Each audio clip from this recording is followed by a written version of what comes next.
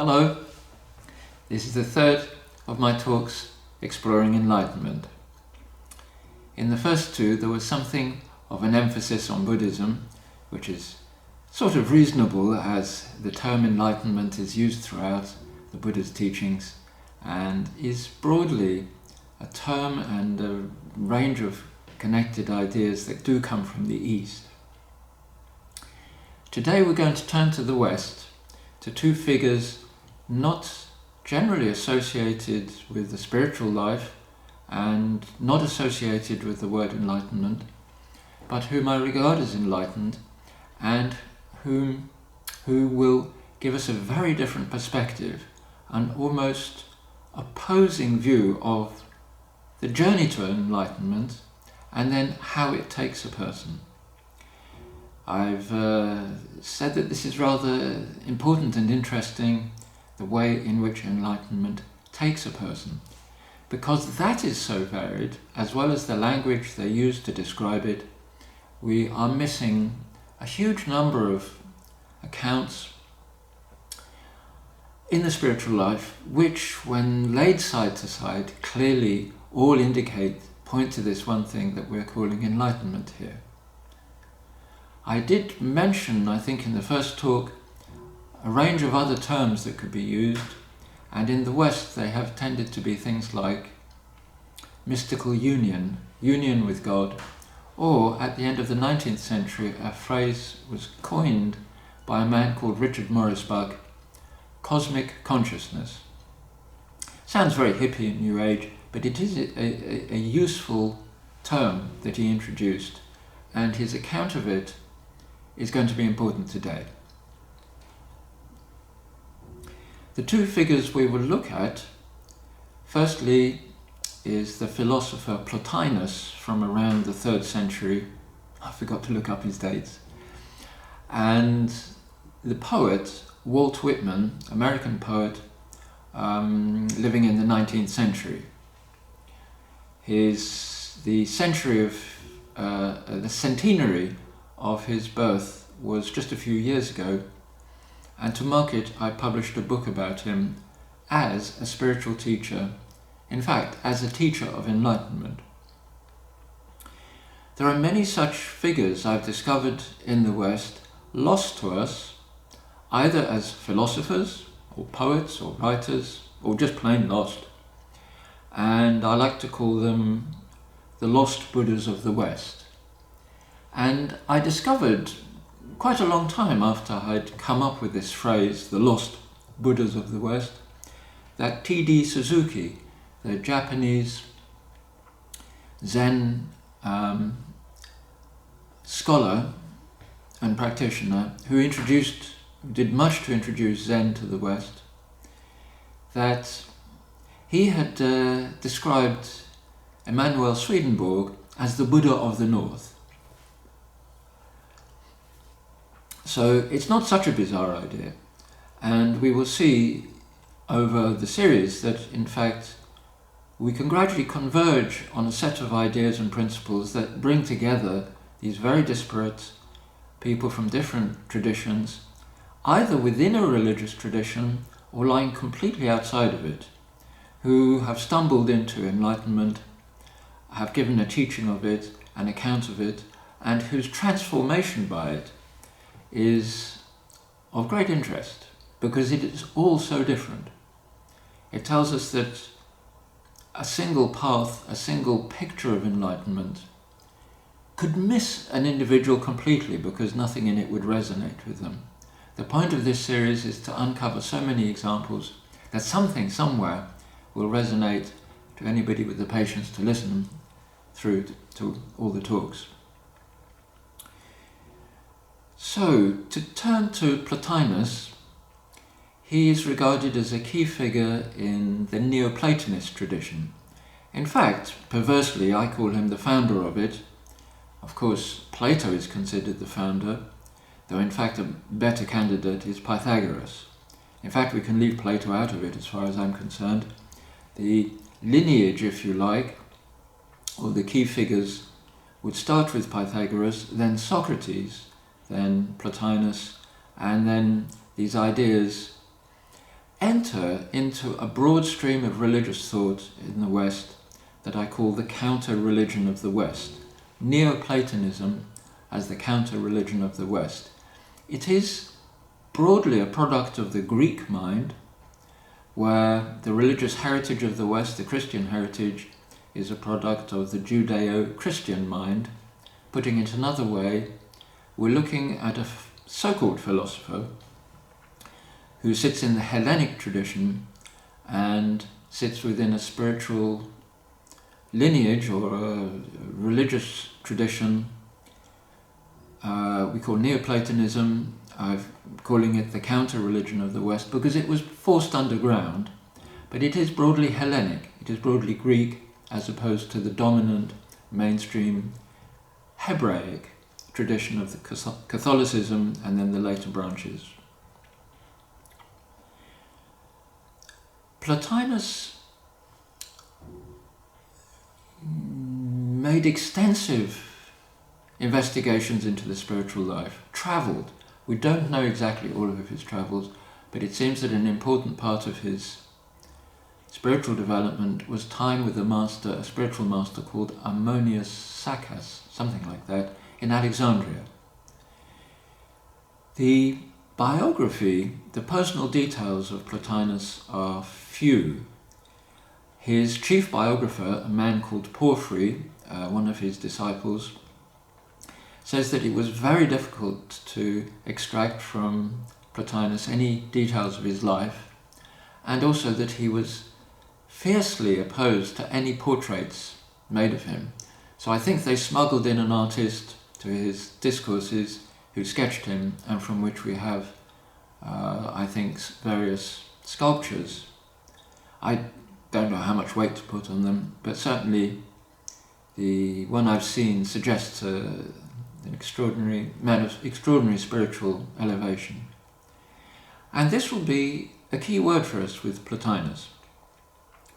I'm not going to give a detailed account of his spiritual teachings, because at the moment, for the last months or quite a long period, I've been immersed in the Buddha's teachings, and I need a break or need to spend a couple of months with Plotinus. But thinking about him recently and dipping back into his writings, which are called the Enneads, persuades me that spending some months with him would be very productive. And here's the thing, I've mentioned before this odd capacity I have to enter into the life of a dead, distant figure through writings either by them or about them. It's a lot of effort, it takes a lot of energy, and one needs to spend months and months with the text, but they seem to come alive for me. The work I did with Socrates, I felt I really was walking around Athens with him. And then the work with Whitman, which I'll talk about, I felt in the company of this wonderful, genial man. The same with Ramakrishna for a period, and so on. However, when you end this period of acquaintanceship, they become distant again, just in a sense like a real friend you haven't seen for years and years and years. You have to take time to reacquaint yourself because you will have changed. I mean, they won't, because all we have is a fixed literature. That doesn't change, but I'm always changing. I will reread Plotinus in a new light, particularly with this intense period of time spent with the Buddha. So I won't say that much, but in dipping in again, I've found him utterly inspiring. And where the Pali Canon is incredibly diffuse, you have to read hundreds of suttas to begin to home in on what the Buddha may have meant. It's all peering through fog. Plotinus is the opposite. Each sentence is so dense with meaning and so embedded in the previous sentences and in his flow of thought that one has to go very slowly and very carefully and, as I say, spend a considerable time. His writings are not that extensive. The Enneads, I think, will take me perhaps 3 or 4 months acquaintanceship to really be with him again. In the last two talks, I suggested as a placeholder we could regard enlightenment as the discovery of no self, the abandonment of all constructs of self, the disappearance of interest and, if you like, the binding between self and personality disappears. One no longer is interested in managing this thing called personhood, and particularly not other people's perception of it. So no self emerged from the Buddha's teachings, is, I claim, to be the core of the Buddha's teachings, and we saw in the English public intellectual academic Susan Blackmore that on Zen retreats she pretty much discovered this anew, afresh, for herself. And this is the ideal pupil, one who discovers what the master teaches for themselves in practice. At the same time, she discovered that time did not exist. Self was a fiction and time did not exist. Marvellous. But today we're going to look at metaphors of enlightenment in a slightly different way. With Plotinus, we're not going to look at the absence or disappearance of self, but elevation and ascent of self from the sense realm, from the material realm that the Buddha describes as the snare of Mara, which you climb out of through his 8 transcendent states of consciousness, into annihilation of self. With Plotinus, it's an ascent to what he variously calls the good or the one, and which some people take to mean God. Yes, it's a perfectly good way of describing God, but he is not a Christian, not a Jew. He inherits a Greek mode of spirituality. And rather wonderfully, a key concept in his teachings is beauty. That all earthly beauties are borrowed from a divine beauty. The beauty they possess is a borrowed beauty and points to the divine. And so the ascent is an ascent towards true spiritual beauty, which is the realm of honour, the honourable realm as opposed to the material realm. But Plotinus is not one who rejects the world. The world for him is beauty, even in its borrowed beauty. Architecture, geometry, music, poetry, none of these things are rejected by Plotinus as they are by the Buddha. It means we're looking at a very different journey, and in Whitman we will see it's the complete polar opposite of the Buddha. In my own writings, in my more analytical writings, and I don't really want to bring in too many technical terms, but it's kind of a useful one, I've borrowed 2 terms from Christian theology, which are the via negativa and the via positiva.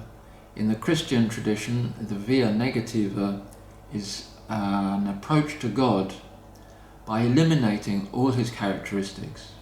You enter into a sort of divine darkness where God is found devoid of all possible description. It's called the apophatic tradition, I think.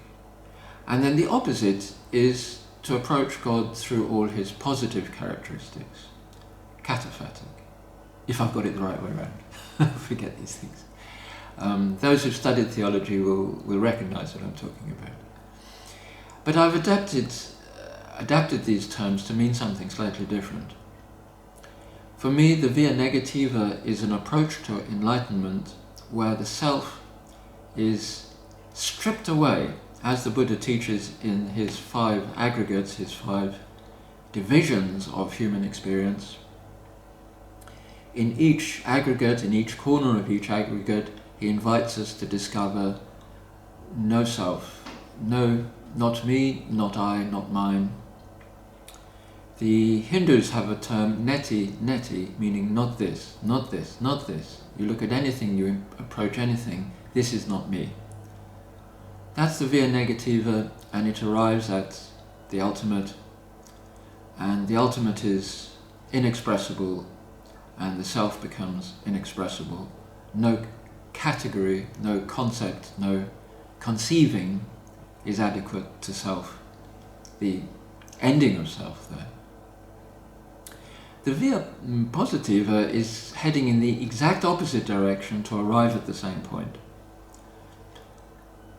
Enlightenment is paradoxical, but that doesn't mean you can't engage with it continuously and in many varied ways, which is what I'm trying to convey here, I think. It's paradoxical. The via positiva is when you start again with the conventional self and you begin to expand it. You begin to, if we work through the Buddha's five aggregates, they don't lay onto this very accurate, very exactly, but you can kind of do it, that my own body is not the end of me. I'm not bounded by my skin. And just to jump ahead to Walt Whitman, he puts it very beautifully. He says, he is not contained between his hat and his boots. It is an expansive sense of self. So with Whitman, the expansion, if we're going to use special metaphors, is sort of horizontal, out. The horizon of what you include as you expands outward to infinity. With Plotinus, it expands upwards. It's an ascent. So Plotinus represents perhaps a modest form of the via positiva, in that there is nothing in the world that he rejects. And in one of his tractates, in his Enneads, he disputes the worldview of the Gnostics, or all those of any religion, you could say, who see the world as fallen. He doesn't agree with that. And that is the starting point for the via positiva, that the world is not a fallen place, as the Buddha sees it, as the Gnostics see it, as certain Christians come to see it. For instance, Teresa of Avila says, to know God, you have to deny his creation. That is classic via negativa. This opposite path is to say that to know the ultimate, nirvana, actually in this context nirvana isn't the right word, but to know the bliss of enlightenment, the whole of creation becomes known to you in a way that has nothing to do with science or any of the disciplines in the universities. You become a knower. Krishna puts it, you are both the field and the knower of the field. It's a lovely image. To say a little bit more about Plotinus, there are two lovely translations of his Enneads. One is called the Essential Plotinus, so it only has what the editor, a man called O'Brien, believes to be essential. And so there, of course, you are meeting Plotinus a little bit through the mind of O'Brien. But O'Brien is an interesting character. It's odd that both translators, these two translators, the other one is McKenna, appear to be Irish. I looked up the O'Brien and there's nothing known about his life. He became a Jesuit after studying philosophy, and the Jesuit obituary for him, in classical mode, says nothing about his life before becoming a Jesuit. In the same vein, the Buddha was most reluctant to say anything about his life before he became enlightened. He lets slip a few details. The history of the Buddha that is taught in schools or is largely found on the internet is fictional, 90% fictional. And so it is interesting too that Plotinus himself had abandoned his biography.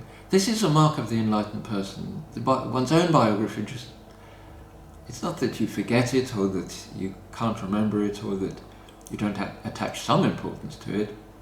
it just seems like one biography amongst 10 billion. It doesn't really need to be dwelt on.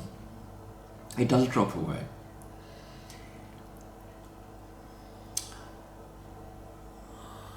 What else to say about Plotinus? I don't want to say much more because I wouldn't do him justice. But let me see what comes to mind in dipping into his books. His ascent to the highest, the state of enlightenment, we could call it, but not the phrase he uses, is, as always found, accompanied by what Richard Morris Buck calls a moral elevation. It's a very moot point, and I will perhaps spend a whole talk on this, whether you can practice ethics in order to become enlightened, or whether real morality, real ethics begins with enlightenment. In many ways, the question is, if I were to imitate the state of the enlightened person, would I become enlightened? So you can imitate the ethics, you can imitate the imperturbability, all the characteristics of the enlightened person, and so you kind of get a fake it till you make it approach. I've heard this said explicitly. Who knows? I'm not convinced that this is the best path to enlightenment. There probably isn't one, as so many people say. But you have to do something. You can't just, once you get the bug, you're going to land up doing something. And really, the key thing you'll end up doing is some kind of practice, meditation, and that deserves a great deal of discussion.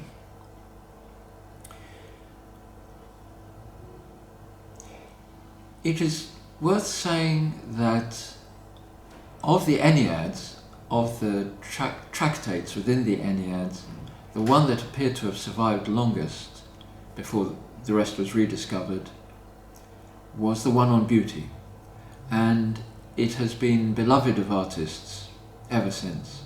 It is a joyous, lyrical account of how the ascent to enlightenment is an ascent to beauty.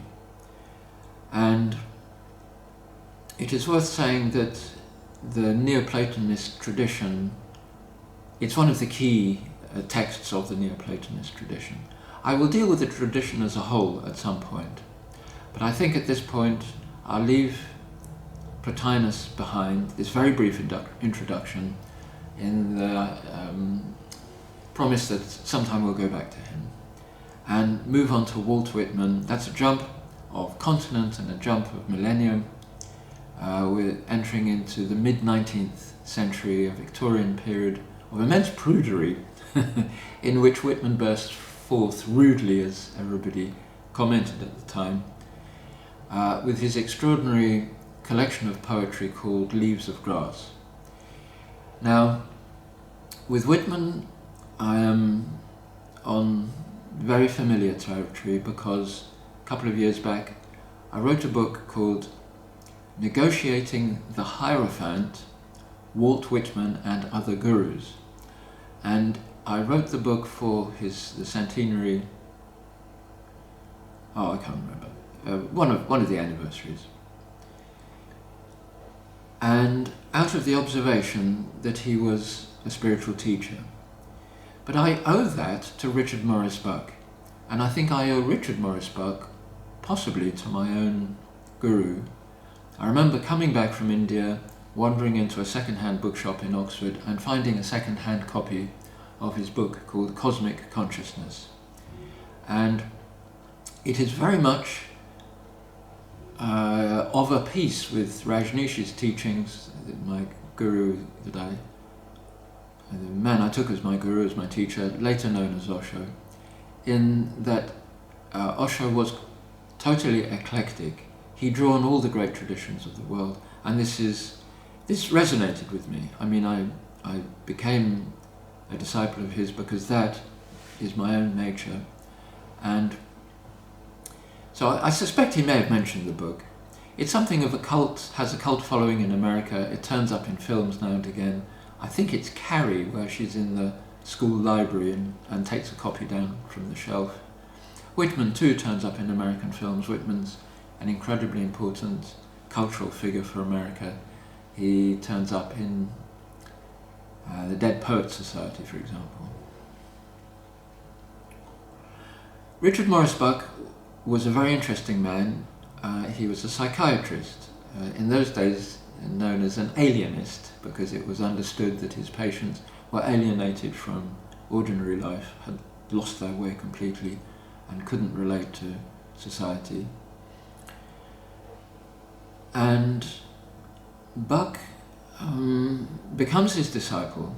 I forget how they meet, but it's a classic encounter between somebody who is ready to hear or ready to be inducted into the divine, and all the more poignant because it is a chance encounter. The encounters between masters and disciples are extremely interesting, and in the book, Negotiating the Hierophant, I have 11 examples in addition to the one between Buck and Whitman. But Buck meets Whitman, and in the Indian tradition, in the Buddha's time, a person who was ready to hear the Buddha teach, who was ready to hear the Dharma, was referred to as somebody with little dust in their eyes. It's a nice metaphor. Buck met Whitman, and he said the impact of this meeting on him was quite extraordinary. He said it was like falling in love. And here I want to flag up that the descriptions by male disciples, male mystics, male devotional masters too, is often confused with a homoerotic literature or a homoerotic content, because they're speaking, using the metaphors of a woman waiting for her lover. All of this we can look at perhaps in the case of Rumi and Shamsi Tabriz, which is one of the loveliest examples of misunderstanding the spiritual life. So Buck, for months, or for quite a period, was high. There's no other word to describe it. Something in him resonated with what Whitman was. And so Whitman becomes his teacher. And what is interesting about their relationship and the relationship between Whitman and all his pupils is that it is a master-disciple relationship that I've suggested in my book, far more suited in its manner to the West than the Indian system. It is a well-known phenomenon that the guru system of India, of the East, did not travel well to the West. We didn't have the right culture for it, and there are countless examples of Tibetan gurus coming over here and sleeping with their students and dying of alcohol poisoning and indulging, and of Western students elevating these teachers to the point of inevitable corruption. So Whitman's very important from that, but his actual enlightenment, of course, needs defending. He is known as a poet. His inspiration is not considered, his legacy is not considered that of a great spiritual teacher, but that which shaped the Beat Generation poets, Ginsberg and Burroughs and Kerouac. I think On the Road describes a pilgrimage to somewhere where Whitman used to live. He is the tutelary genius, I love this phrase, of the Beat Generation poets. And he's remembered as a poet and as a gay man, and borrows no, I'm mixing him up. One of the Beat Generation writers declares him to be his gay ancestor because Whitman had a lover allegedly had a lover called Carpenter, who had a lover called somebody, and so on down to him. I can't remember how it goes. I'm not that bothered by this, it's kind of amusing. Whitman's own journey is very interesting, and we do have an account, very enigmatic, of the moment of his enlightenment, the moment of transformation. And Richard Morris Buck, I'm thankful to him for pointing to it, because in working through Leaves of Grass, it's a bit like the Pali Canon, it's not so big. But Whitman himself was clear that he had hidden his spiritual teachings in them. You have to work at it. The Buddha didn't hide his teachings, but they're hidden by this fog of oral tradition and translation and 2,500 years worth of errors creeping in. Whitman's account of his enlightenment goes something like this. I looked it up today, I don't remember it verbatim. It's in one of his poems, and he's talking about loafing on the grass on a summer's day, and he's welcoming God, for want of a better word. He's not a God man at all. He's not a Christian. God isn't really the right word, but he doesn't have another word. The infinite, you could say. He is welcoming, let's use that word, the infinite, into him. Literally, in this poem, he lies there and he says that the infinite parts his shirt and buries its tongue, penetrates his breastbone and buries its tongue in his heart, and from there spreads up to his beard and down to hold his feet. He is describing a moment where you are overcome, and I have mentioned in my first talk something on a very minor scale, where something much bigger seems to enter you and take hold and leave you in a blissful, exalted state. You might not come down for weeks. And he says in that moment he knew that he was brother to all men, comrade and brother to all men, brother to all women, to all his sisters, lover to all of them, lover of the world, at peace. This is what Jesus says. He affords a peace that surpasseth understanding. You can't understand it. When it grips you, everything drops away.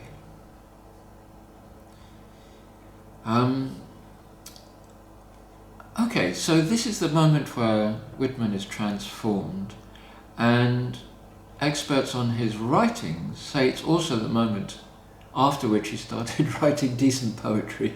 Now that's an interesting one. The evidence for him as a spiritual teacher, I've assembled carefully in my book. Buck does a good job of it, but I'm looking at a bigger picture than Buck had a handle on or had access to. For instance, it becomes clear that Whitman's temperament, and he may have picked it up in the writings of the Neoplatonists, aligns himself with that tradition. So it is not actually that bizarre to talk of Plotinus and Whitman in one session. But the evidence that he is a teacher is everywhere. In the accounts of his disciples, their biographies of Whitman, their biographies of their accounts with him. He established a little community, a small community of friends, not a sangha in the way that Plotinus did, that is a big spiritual community, or the enormous spiritual community that the Buddha had, and I think overwhelmed him towards the end. But Whitman says something like this. he says, now let me get this. Oh yes, here I stand, grey-necked, grizzled, forbidding. Interesting. The formidable side of the spiritual teacher, as with Whitman, as with the Buddha. He is formidable.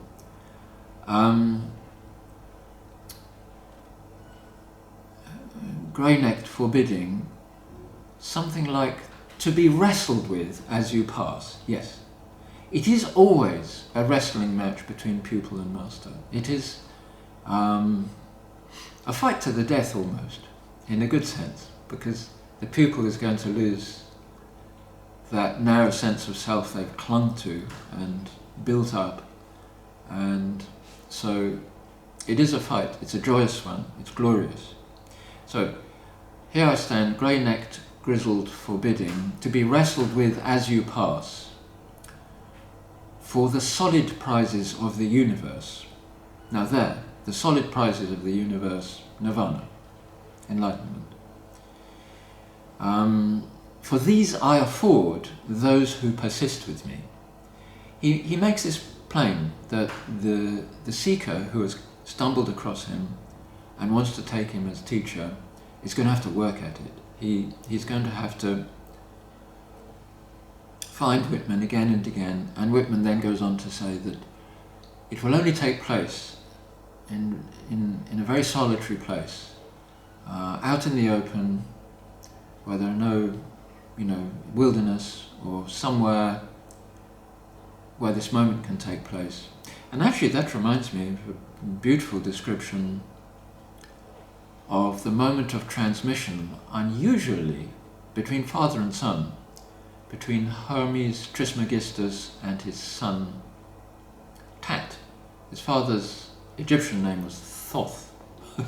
Thoth and Tat are on Mount Sinai, and this is the moment in which the father is able to show the son, his son, that he really is as big as the universe. It's a very beautiful passage from the Hermetica.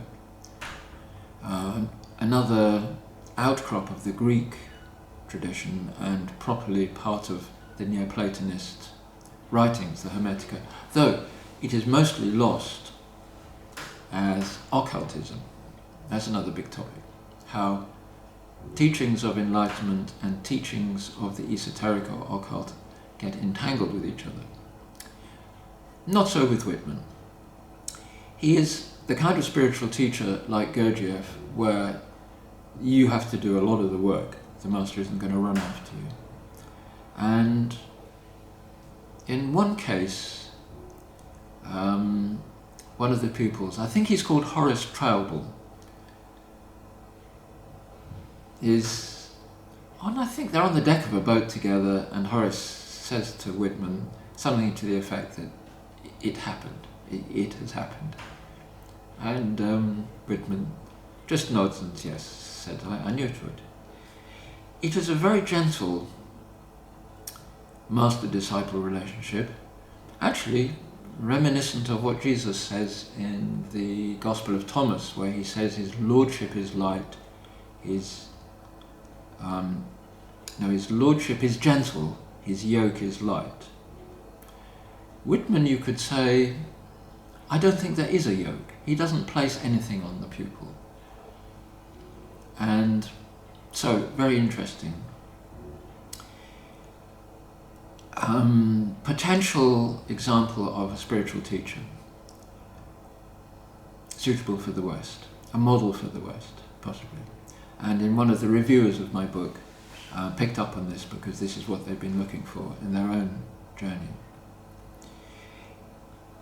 To finish, I will mention something of the other 11 master-disciple relationships that I cover in the book, and the general thrust of the book, which is about negotiating the Hierophant. That is its title. I chose the term Hierophant for spiritual teacher or spiritual master. It is reserved generally for an occult tradition and is found in the Tarot. It means priest or teacher. Its etymology is no different to guru, for instance, which means teacher. The hierophant, however, is associated with the sycophant. The sycophant being the pupil who gives their trust to the master unquestioningly. And here is the great problematic dynamic of enlightenment or spiritual teachers, the problem of the sycophant. And that's what I explore in the book. It is odd. I had 3 spiritual teachers, I've mentioned it before. Ostensibly, Rajneesh was my teacher, and it's certainly true that over the deaths of these 3 teachers, I wept only over his. I attended the funeral of the second, Douglas Harding, but I didn't have the same feelings for him. Harding did the heavy lifting. Harding was the technical man who shoveled away most of the crap in me. Rajneesh was there as the door to the infinite through which I walked, but as yet burdened by his narrow sense of self. And then the third one was Krishnamurti, and I wrote a lot of poetry immediately after returning from India, and going back on it a few years ago, in fact for the Whitman book, I realised I was quite angry then with all of my teachers. Odd. In one of the poems I said that masters who have the desire to teach have a calamitous desire. I don't know quite what my mood was, why I said that. But nevertheless, we know in the West that the guru-disciple relationship more often goes wrong than right. In India, it's the other way around. There's a culture of it. I don't know, well, I do know what the dynamics are in the West. And for instance, a man I count as a friend, enlightened master and spiritual teacher, Andrew Cohen, crashed horribly and disillusioned most of his existing followers. He's picked up again another following in India, I think quite rightly, because he's a marvellous teacher of enlightenment.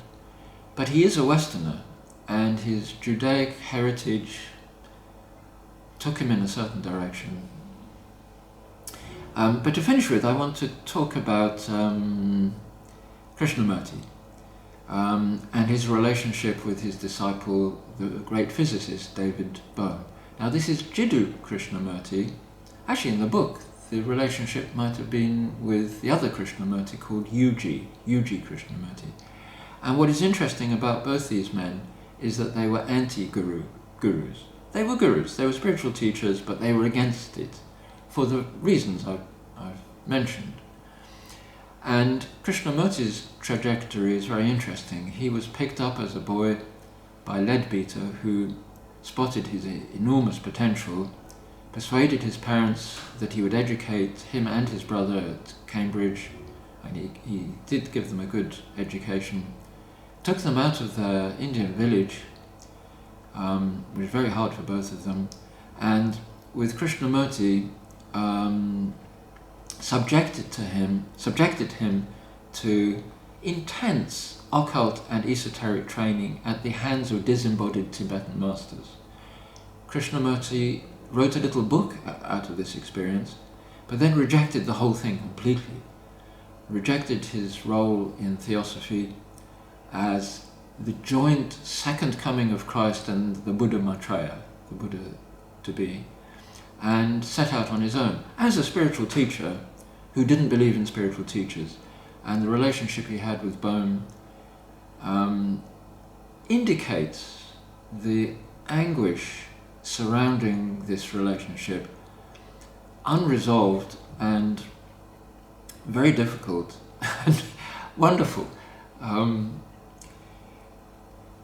Because Bohm was an expert in his field, quantum mechanics, and Krishnamurti was an expert in his field, Krishnamurti attempted to deal with Bohm as an equal. So Bohm was there, in a sense, as an equal to Krishnamurti, but he wasn't. because Krishnamurti was a teacher of enlightenment. And in that respect, Bohm was a bungling ignoramus. Had Bohm signed up to be the disciple of an enlightened teacher and accepted his position as knowing nothing, their relationship may have gone on better. I mean, I'm speculating here, but Bohm had a nervous breakdown and blamed it on Krishnamurti later. The field is fraught, hence the book, and hence my discussion of some 11 absolutely astonishing and wonderful master-disciple relationships, some of whom we'll look at later. But to round off today's talk, just to say that if we query how can we pin enlightenment down in a few words, I've suggested that no self isn't a bad start. But the other way of looking at it is an expanded self, an elevated self. Both are correct. You head off in opposite directions and you land up at the same place. And this is a thing we'll pick up through these talks. I'm not quite sure what I'll jump to next. It might be Taoism. But that's all for today. Thank you very much.